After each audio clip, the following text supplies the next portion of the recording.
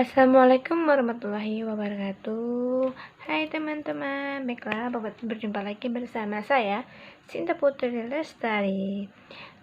Ingat ya, jangan lupa di like, subscribe, and comment. Semoga saya bisa memperbanyak semua video-video saya. Kali ini saya akan menjelaskan tentang metodologi penelitian. Selamat menyaksikan. Bye-bye. Sebelum kita lanjut untuk mendalami tentang metodologi penelitian, sebelumnya kita harus mengetahui apa itu pengertian metodologi penelitian. Metodologi penelitian adalah proses atau cara ilmiah untuk mendapatkan data yang akan digunakan untuk keperluan penelitian. Metodologi juga merupakan analisis teoritis mengenai suatu cara atau metode. Tujuan metodologi penelitian yaitu untuk memperoleh pengetahuan dan dapat menjawab berbagai pertanyaan-pertanyaan atau masalah, memecahkan suatu permasalahan yang terdapat dalam batasan masalah. Prinsip metodologi menurut René Descartes yang pertama yaitu membicarakan masalah ilmu pengetahuan diawali dengan menyebutkan akal sehat yang pada umumnya dimiliki oleh semua orang. Akal sehat menurut Descartes ada yang kurang, ada pula yang memilikinya. Tetapi yang terpenting adalah menerapkannya dalam aktivitas ilmiah. Yang kedua, ia menjelaskan kaidah-kaidah pokok tentang metode yang akan dipergunakan untuk aktivitas ilmiah maupun penelitian. Yang ketiga, menyebutkan beberapa kaidah moral yang menjadi landasan bagi penerapan metode. Yang keempat, menegaskan pengabdian pada kebenaran yang acap kali terkoceh oleh indera. Yang kelima, menegaskan perihal dualisme dalam diri manusia yang terdiri atas dua, yaitu jiwa bernalar dan jasmani yang meluas.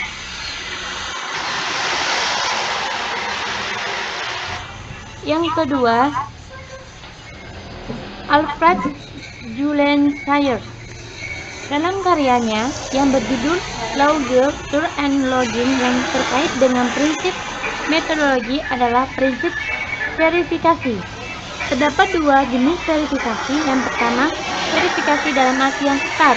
Yang kedua, verifikasi dalam arti yang lunak, yaitu jika telah membuka kemungkinan untuk menerima pernyataan dalam bidang sejarah dan ramalan masa depan sebagai pernyataan yang mengandung makna. Yang ketiga, karya Raymond Popper. Dia mengajukan prinsip verifikasi sebagai berikut. Yang pertama, Popper menolak anggapan umum bahwa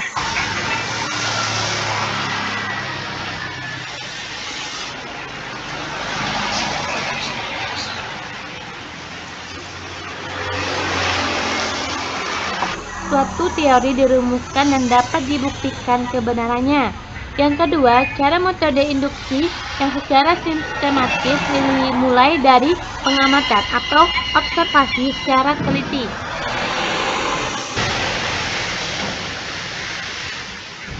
Proses penelitian. Yang pertama, masalah penelitian. Penelitian mencakup dalam penemuan masalah dan pemecahan masalah tahap, identifikasi bidang permasalahan, pemilihan atau pemilihan pokok masalah, dan perumusan masalah, kajian teoritis menyusun kerangka teoritis yang menjadi dasar untuk menjawab masalah atau pertanyaan penelitian. Yang kedua, pengujian fakta atau data yang mencakup pemilihan, pengumpulan, dan analisis fakta yang terkait dengan masalah yang diteliti. Data sekumpul fakta yang diperoleh melalui pengamatan atau observasi atau survei. Kesimpulan merupakan hasil penelitian yang memberi feedback pada masalah atau pertanyaan penelitian.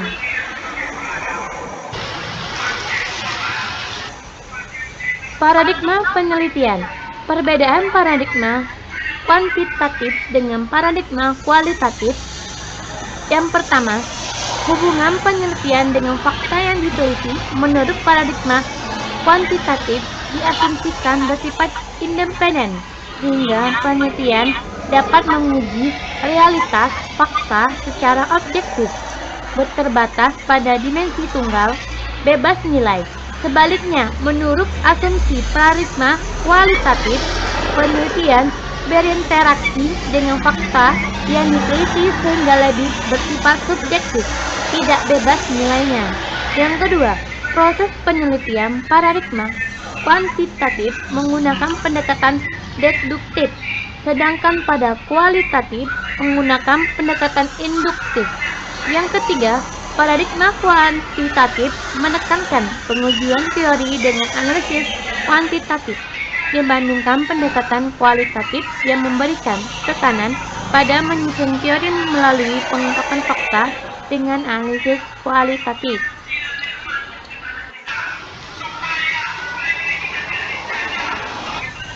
Metode ilmiah. Metode ilmiah adalah prosedur atau cara menentukan yang digunakan untuk memperoleh pengetahuan yang disebut dengan ilmu pengetahuan atau pengetahuan ilmiah. Tidak semua pengetahuan berupa ilmuwan karena ilmu merupakan kriteria tertentu. Cara untuk memperoleh pengetahuan dalam kajian filsafat dikenal dengan istilah epistemologi atau filsafat pengetahuan.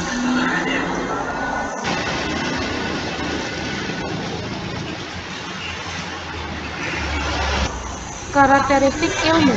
Jenis-jenis penelitian ilmiah. Penelitian dapat digolongkan atau dibagi ke dalam beberapa jenis berdasarkan kriteria-kriteria tertentu. Antara lain, yang pertama, tujuan, yang kedua, pendekatan, yang ketiga, tempat, yang keempat, pemakaian atau hasil, yang kelima, bidang ilmu yang diteliti, keenam, taraf penelitian, ketujuh, teknik yang digunakan, kedelapan, keilmuan, kesembilan, spesialisasi bidang ilmu garapan.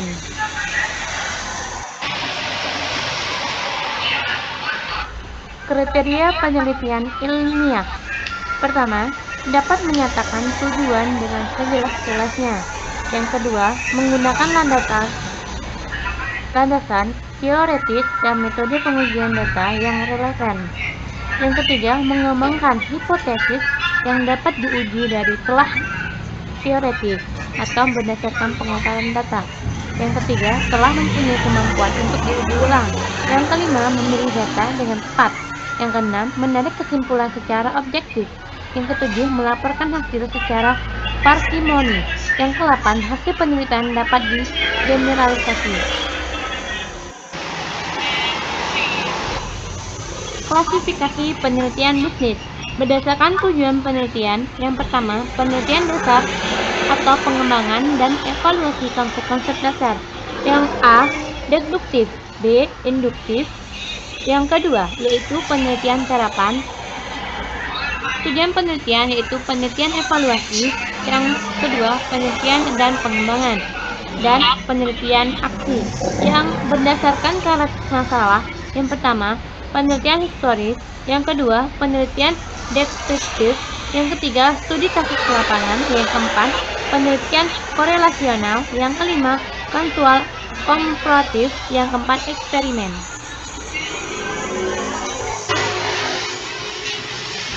Berdasarkan jenis data. Yang pertama, penelitian opini. Yang kedua, penelitian empiris. Yang ketiga, penelitian arsip.